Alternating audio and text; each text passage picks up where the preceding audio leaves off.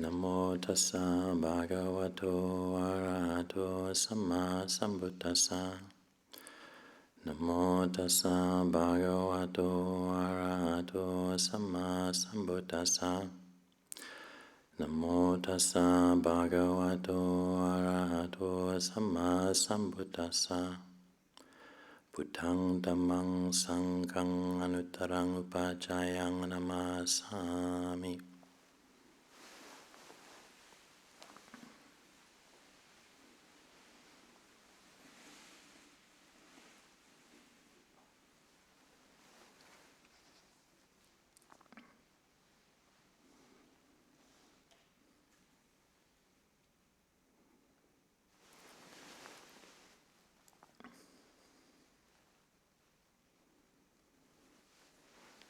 I was just in the Terrace Vestry with Ajahn Cunda, and I said, well, I have no idea what I'm going to talk about.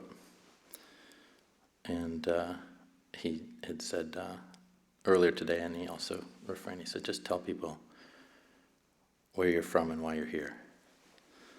And I think everyone in the room knows where I'm from and why I'm here.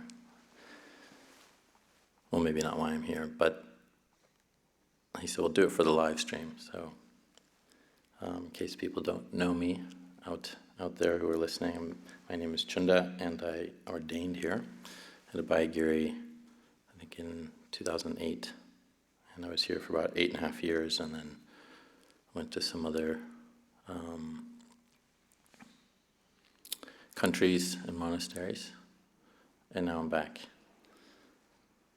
So I came back at this time mostly due to what's going on in the world, because of COVID-19. I was in Italy, and then it just seemed like a very pertinent time to come back to the U.S. and especially come back to Abhayagiri, which is where I wanted to come to anyway.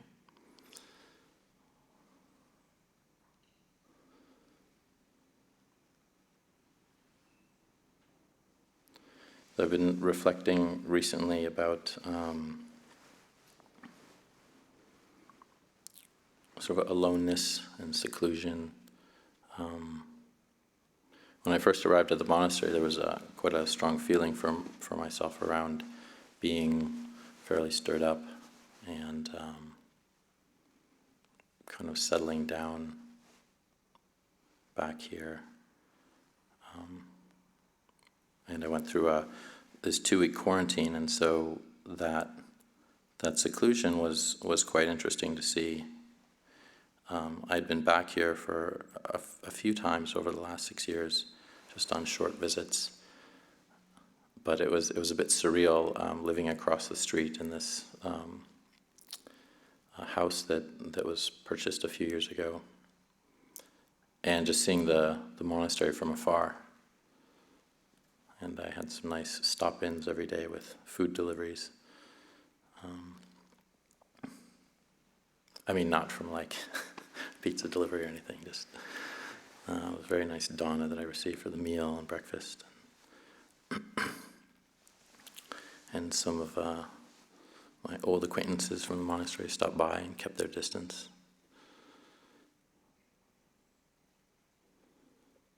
And as far as I know, I didn't come down with any. I didn't have any symptoms. But that role of seclusion is something that we hear a lot about in our practice. One of the Buddha's refrains that we can often hear is about there's these empty huts. Don't waste your time. Go and find empty dwelling places, or at least, or the worst, a root of a tree.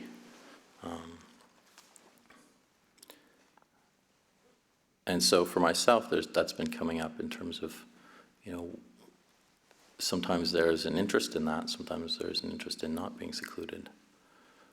But in general, I can relate to feeling sort of quite happy in seclusion, quite happy when I'm alone. And I remember when I was a young child, I would go and spend time with my extended family. About once a week, we would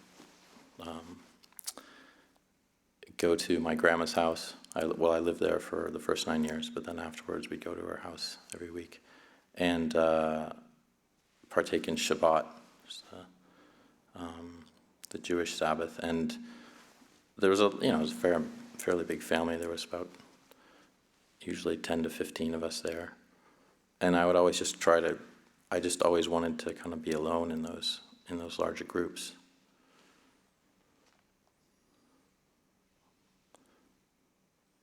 And so my mom would often fetch me. I wasn't doing something that wholesome. I wasn't kind of meditating or anything, just watching TV. But I just remember that, and I remember coming back to that. Especially, most people know me as a fairly gregarious person, and it sometimes is a juxtaposition, that draw to be around people, and to talk and converse or whatever, and listen, hopefully, as well. But then that interest that I have in seclusion and being alone, and what are the qualities that those two different areas have, and I would say, for myself, the seclusion from being around not only other people, but just any kind of things, like we think of, I just mentioned the television, any kind of entertainment, media, distracting things that are sensually enticing to us. That's to me sort of stands in opposition of just sort of, as a Buddhist monk, being alone in a kuti, alone in a small hut. And so I often question, these two draws that I have to be in one of these worlds or the other. And I think one of the, we sometimes hear about these, the commentarial notions around this with what's called kaya viveka and chitta viveka. And kaya viveka is detachment, but it's also seclusion. And so it refers more in this sense when we say kaya viveka to seclusion, and kaya is body, so it would be like bodily seclusion. So you're secluded from, as I said, like the sensual world, from other people, anything kind of worldly that you can think of. And so that is very much like just what we sometimes will do. We'll seek times when we're alone. And chitta viveka is we can refer to as the mind, and that is more when we have an internal experience where we're no longer mentally involved in sensuality. So I think we can think of that as just deeper states of meditation. When the sort of the hindrances that we refer to as desire and aversion and doubt and worry, sort of tiredness of mind, these are no longer present for us. They don't have a strength anymore. They're not pulling the mind out, and so we're kind of being pulled into a very calm experience. And it's the goal, though, with our practice is not to only have a reliance on kaya viveka for us to have chitta viveka. And so that's a very important distinction. The idea that that just being alone is the only way to be able to practice correctly. Or some people can think of just not having any duties, not having any responsibilities, or go to the extreme of not interacting with people, silence, not speaking. And what's nice is the Buddha often talked about the middle way. He was often encouraging us in what is more of a middle ground in terms of what we were doing. So I find it interesting that even in my own mind, I thought before I knew much about Buddhist monks that they were silent, they didn't speak. That wouldn't have probably worked too well for me. But that's actually not what the Buddha talked about, for example. He acknowledged that people who would be following his way, whether they're monks or not, or nuns, whoever it is, there needs to be some sort of connection with other human beings. There needs to be some communication. It'd be very difficult to exist without involvement from others. So he even went to the extent of saying that it was a dukkha offense. This is a small offense that we have in our the code of conduct for monks. And this, I believe, is the same for nuns. Is that if one makes a determination during the rainy season, this Vasa period that we have for 3 months, where we'll come together, we'll stay in one spot. We don't move around. And he said that's a dukkha offense to actually determine silence. I was quite surprised to hear that. And I remember a humorous sutta, and I think that's where actually this offense comes from, where a monk is just praising that he's silent all the time. And the Buddha just, he didn't think that was the correct way of practice. And I can remember where I think there was a monastic here praising this quality of silence and saying that was really the way, that was how one could avoid so much dukkha. And Ajahn Cunda said, well, actually, it's right speech. It's not no speech. So that's one of the Eightfold Path. As I've mentioned before, around one of the morning reflections, that's you have to conduct your speech well, and then you're more in, right can also be used as harmonious. So that's really where it's quite helpful to see that it's useful to speak to other people. When we talk about Dhamma, the Buddha even talks about subjects that he says if one talks about frequently with others, this can lead one to Nibbana. So there's an acknowledgement around the necessary aspect of actually us being social beings, of being around other people. And then we also do the same. We seek times when we're alone.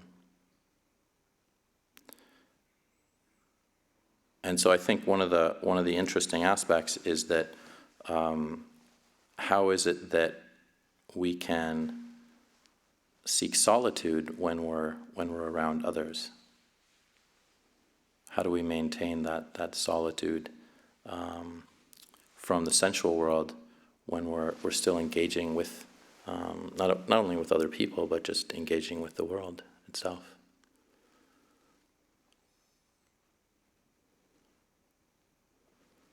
And so that's really our task if we're following the Buddha's path, is to figure out a way that we can exercise our mental faculties, even if we are not experiencing kaya viveka, if we're not actually physically secluded. So we can try to understand how we can be more mentally secluded. And this takes a lot of work. It's something that's been probably one of the most challenging aspects of in my life as a monk.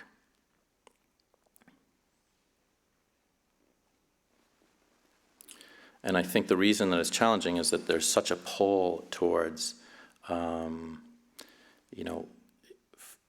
guess I'd call it cheap thrills, just distractions and talk about. The Buddha says talk about the well, just things that really aren't important, that tend to waste time, and but are quite alluring, are very alluring. And they're alluring because we're born into this world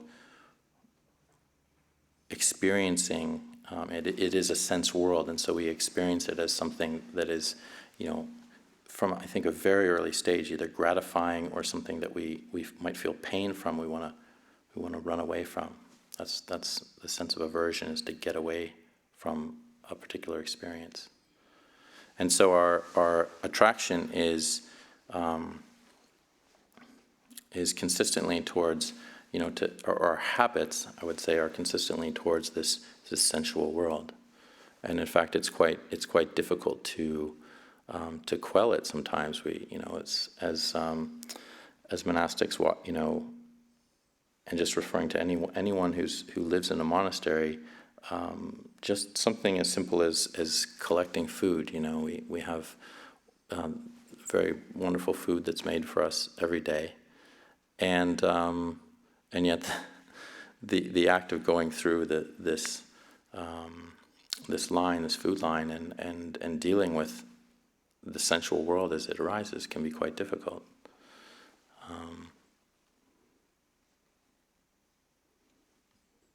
The reason it's difficult is that I think it's just part of this, just such a strong habit that's been built in over years and years of learning, like, what can I have that's pleasurable here, and especially for a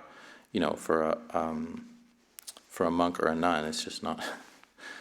There's nothing really else in the day that you have this one packed-in moment where there is sensual gratification, or sensual experience arises in this one moment. So it's sort of, I remember Ajahn Cunda talking about this last year. Sort of, you go through the line and think, oh, that looks good, and oh, I haven't seen that in years, and wow, and that would probably be good with that, and then the mind just starts spinning into this thing, and then you come back to your seat and you have like a bowl full of like 4 pounds of food, and it's just because I would say, like, the mind we weren't prepared. We didn't put in the groundwork before that experience, and it's not, this is a very common experience. I've talked to many people who've lived in monasteries about this. Yet it's very easy to for myself, and I've heard others, just to feel judgmental. I lost to sensuality again. But the interesting thing we can do is to see, like, if we're positing this sense of seclusion within our minds, then we're looking at how we can seclude ourselves from the sensual realm, even though we're going to be exposed to it. And so in that similar teaching, I think it's, you have to actually spend a lot of time, like, really preparing your mind for experiences like that, which is similarly with when Ajahn Cunda was talking about it. It's really way before you actually approach the food. It's almost, you can say, when you start your day. It's a constant kind of reminder, like, how will I deal with just desire that's arising?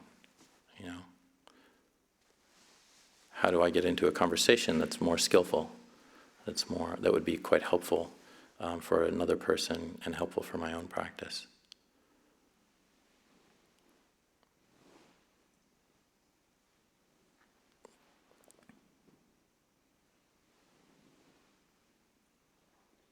So one of the ways, when we're talking about sort of citta viveka, or moving the mind, moving our intentions more towards our internal experience of our minds,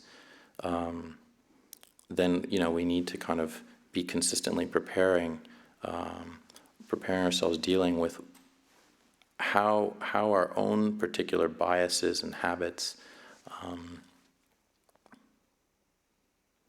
our movements of minds, get us into trouble, and how it is that we can learn to to seek solace in our own quietness, our own calm, and see that as a priority.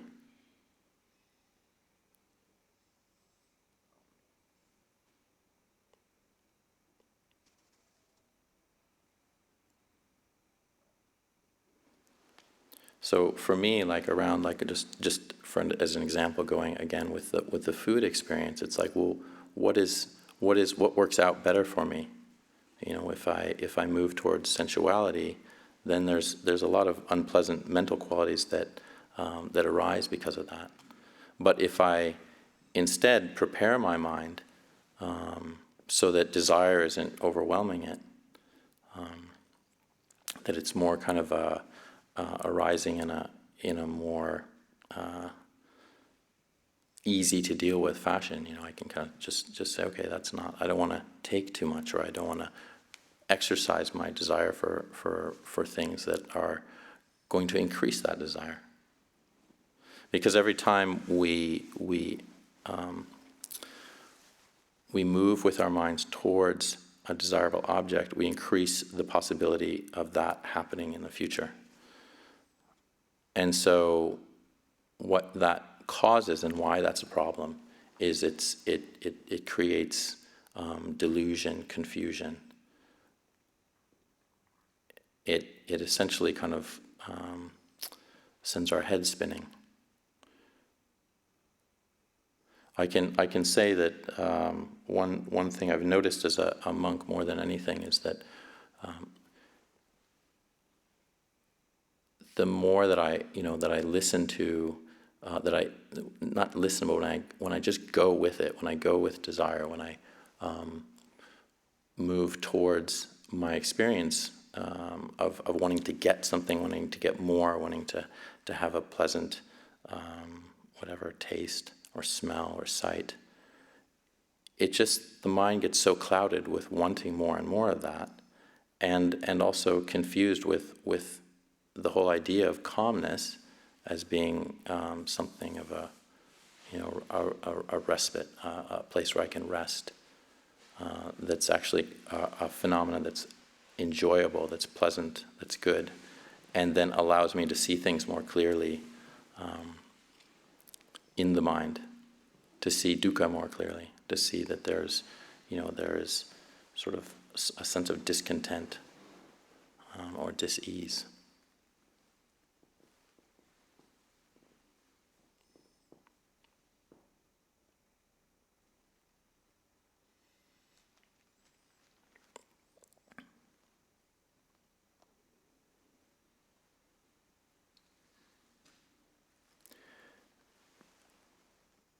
Now, one of the things that comes to mind when I'm talking about this, and especially when I was talking about seeking seclusion, we're extremely fortunate here at Abhayagiri to have places of seclusion, and in fact, I think everyone here has their own room,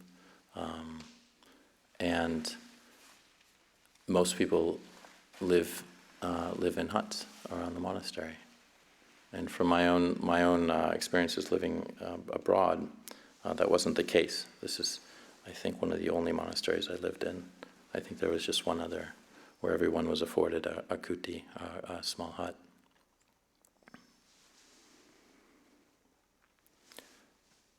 And so it's interesting coming back to kind of what people are experiencing. I know, for example, my mother is living alone right now. And many people around the planet are living alone.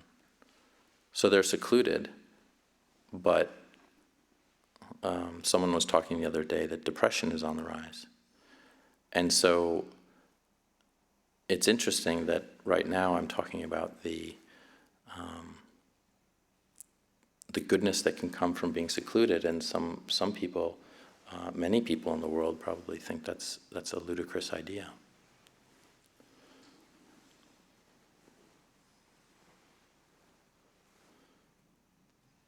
And so that we're fortunate as well to have the tools of the Buddha, to have the teachings of the Buddha, to see why living alone can be such a good quality to regenerate the mind. And yet at the same time, we need to be connected to people, we need to communicate with people, we need to be in touch with other people. And the Buddha required monks to go seek alms every day. They couldn't keep food to themselves, they couldn't seclude themselves and just be in a hut alone for a year. And that was mainly because of there's a feedback loop when that occurs. The monks need to act, they need to behave properly. They need to actually be seeking the Buddha's way, or they're not going to be fed. And there's a story about that in the suttas, where the lay people decided they weren't going to feed the monks anymore because they even wouldn't listen to the Buddha. The Buddha had to walk out, and that was enough. And I think how that sutta went is that when they stopped getting food, they stopped misbehaving. They started. I believe that's how it ended. They sort of came to their senses.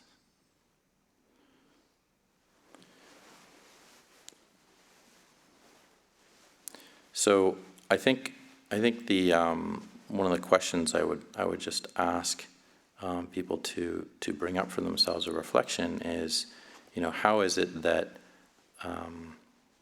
we are spending our time, and for myself coming back here, I've noticed just that sort of restless energy decreasing a little bit. My interest in spending more time in the kuti, enjoyment of that quiet aloneness.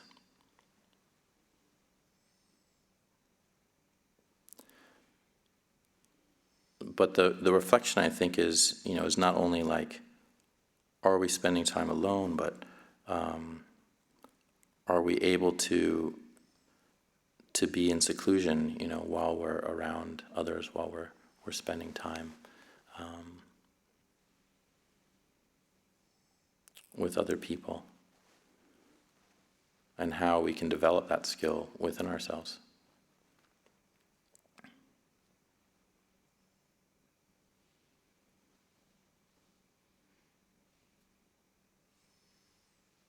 There's a line from a Rilke letter that he's writing, and I think he's writing this man named Mr. Kappas, I think is his name. Anyway, he's writing to him, and Mr. Kappas is having a dilemma around his love life, and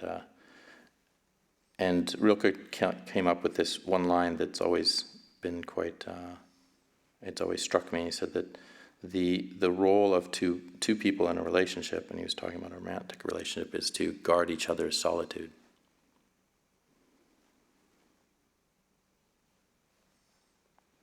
And I find that just such a poignant line, and something that I think is so pretty cutting edge. I don't think a lot of people would necessarily understand that in the world.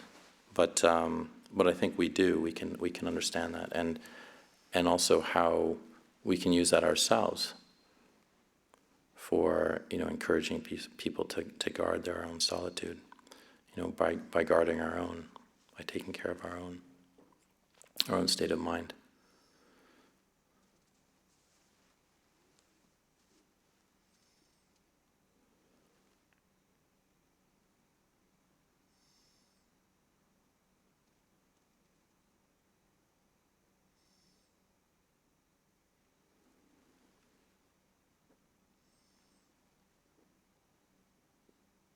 So I think one of the ways we do this is to see the benefit.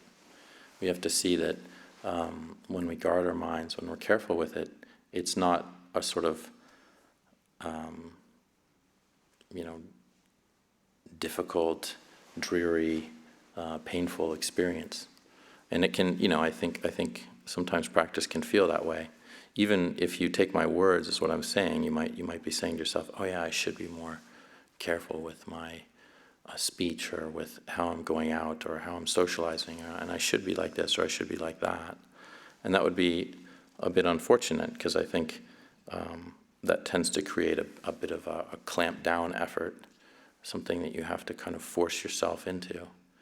But rather than, if you see a benefit in your own mental seclusion, in your own quiet state of mind, in that seeking of calm, if you look for the benefits, then I think it's just much more encouraging.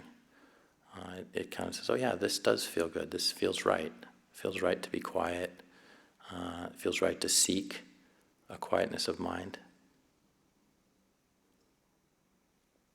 And while we were meditating before the precepts, I was just reflecting on how nice it was to just have moments in the meditation where the mind was quiet.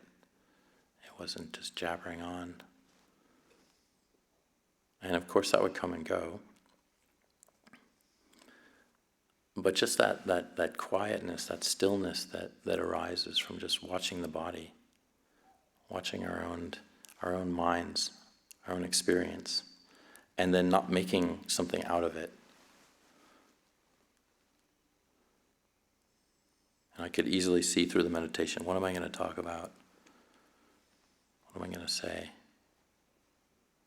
And then there was, this quiet that would arise. And how much more beneficial and solid and grounding that felt to just experience that quietness, that stillness of the mind, just for moments.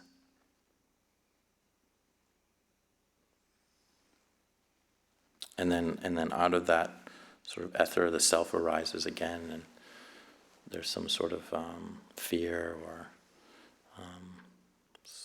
some worry about the future.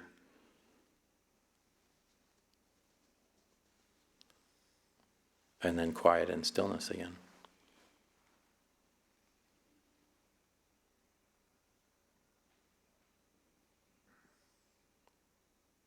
So when we're kind of wrapped up in things in our lives, even in the monastery, I mean, most of us are talking about how beneficial of a time this is. The monastery is just so, it's still in itself. I've never seen so much stillness in the monastery since I was first here, because there's just so little coming and going of people. And it's just so, it's just so simple and enjoyable right now. I say that with a bit of guilt, as there's a global pandemic, but I'm just speaking for myself and what I've heard from some others say. It's just something that we can habituate ourselves to and enjoy. And then we can watch in this quite contained and helpful environment how our minds do seek distraction, how they do seek a sensual pull in one way or another.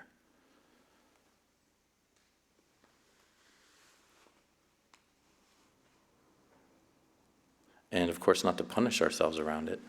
I'm such a bad Buddhist practitioner. I got distracted again. But more of just, okay, there it is again. That's just the mind. It's not about me or mine or a judgment I need to make. That's just how it works.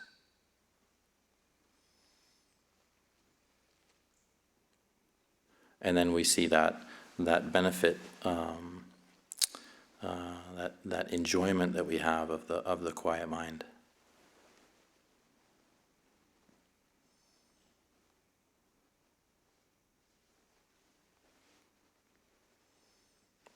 I think, interestingly, when one of the things that can occur when one comes to a monastery, it just depends on the person, is that a critical mindset can often arise, a sense of, especially like when things are pared down so much, there's just not a lot of so many distractions that one has had in outside of a monastery. When you're inside, those are parsed down quite a bit.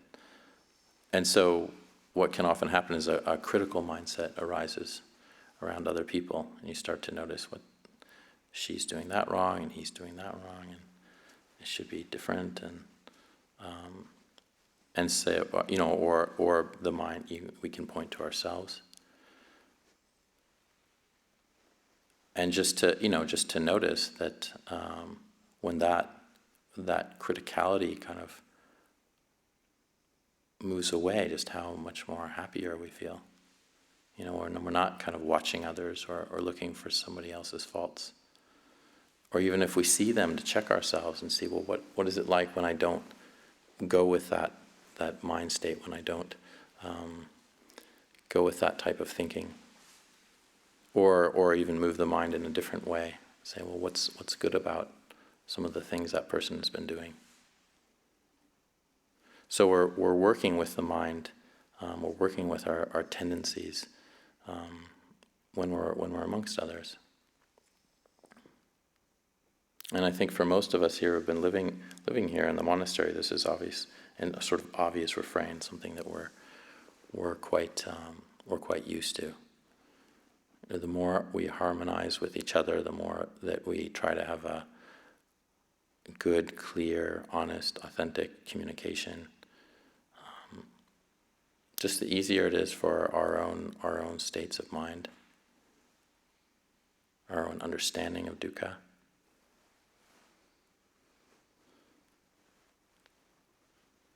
And then the more that we, do the opposite, and we get involved, and we kind of feel controlling, and we want others to behave in a certain way, and get this right and that right, this can can stir up the mind. Like a bunch of, like water that was clear that's become quite cloudy. I've been going into the kitchen recently, looking at, we've been given an opportunity to do a little updating of the kitchen, and I just noticed the tendency for my own mind to say, like, oh yeah, it should be more like this or more like that, and some of it's true, but there has to be a carefulness around that sense of, like, it should be better than this, or it can only be okay if it's improved in this certain way. And there's a practicality that needs to arise in that. We can't just say everything's fine and nothing needs to change, and we don't have to do anything, and doesn't need to be any improvements made at all. But that's just not the case. We operate in a world where everything's really kind of breaking down and falling apart. If we, if some of the monks operated in that way around, like, our robes, for example, it would not be a very pleasant sight. It wouldn't be easy to get around in the robes we had. They're just falling off of us. So we're just paying attention to what it is that our minds are inclining to, and how it is that we can keep kind of moving back against the unwholesome tendencies, those that are moving us towards the sensual world, towards more confusion and delusion, and then trying to identify and be very clear with when our minds, when we have an opportunity to move, or identify how we can move towards wholesome states of mind. And that would be, states that are moving us away from that sensual pull.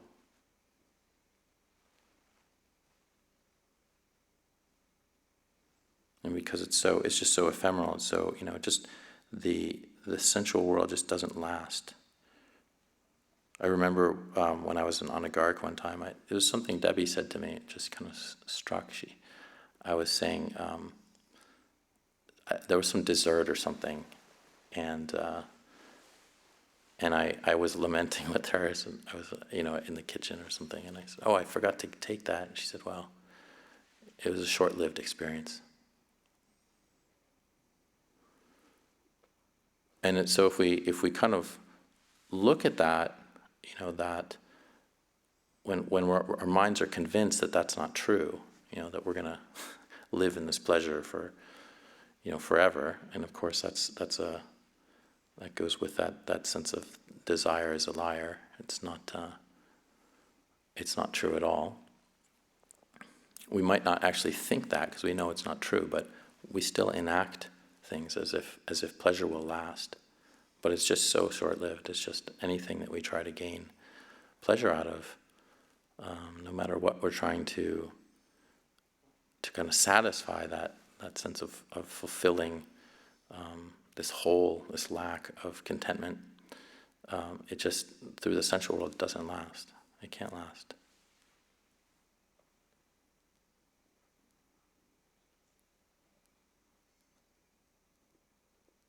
So I think and what's important to kind of take from what I'm trying to say is how can we understand the best ways for us to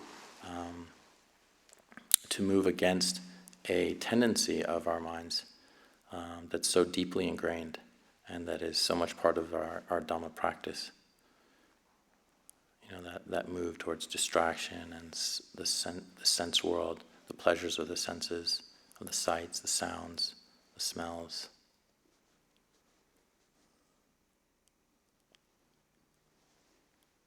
Even just our enjoyment of our own thinking process. People can be so in love with their thoughts. And so, I think it takes effort. It's not easy.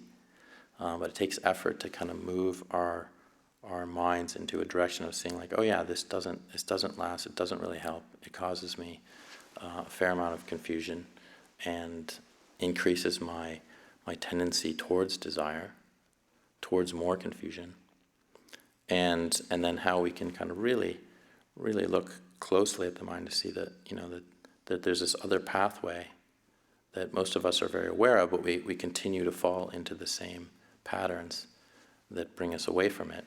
That wholesome movement of mind that really helps us decrease our suffering, decrease our sense of confusion.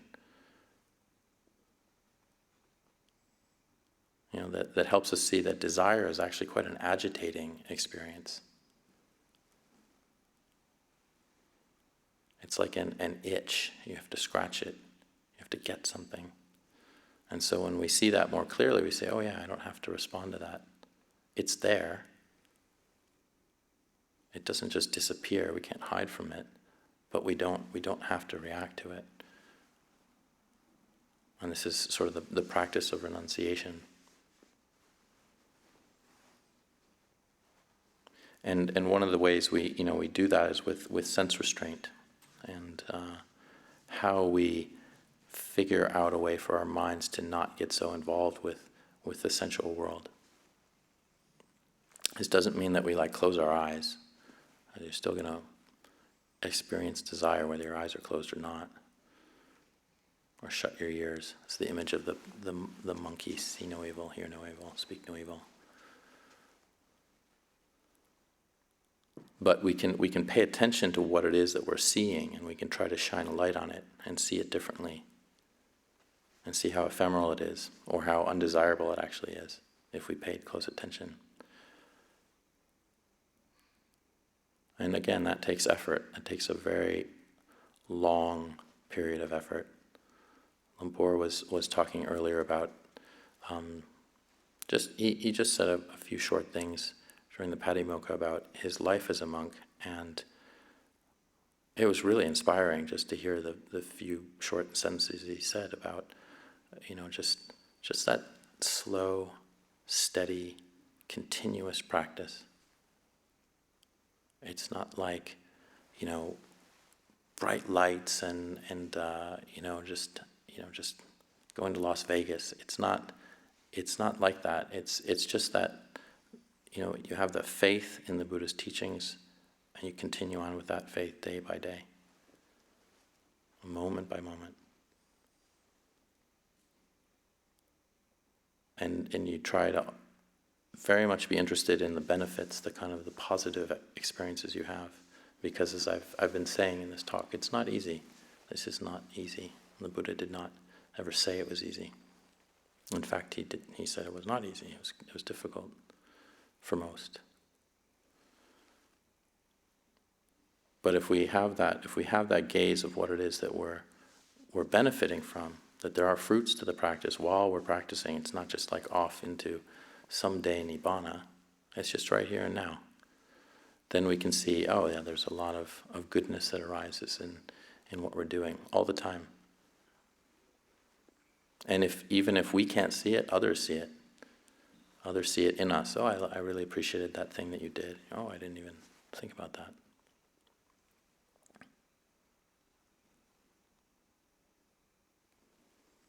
So it's really up to us to sort of guard our own seclusion, and then in doing that, helping guard others' seclusion, inspiring others towards those same values that we have. There's that steady, continuous practice, the valuing of the mind moving away from sensual desires and towards the world of the wholesome, the mental wholesome qualities.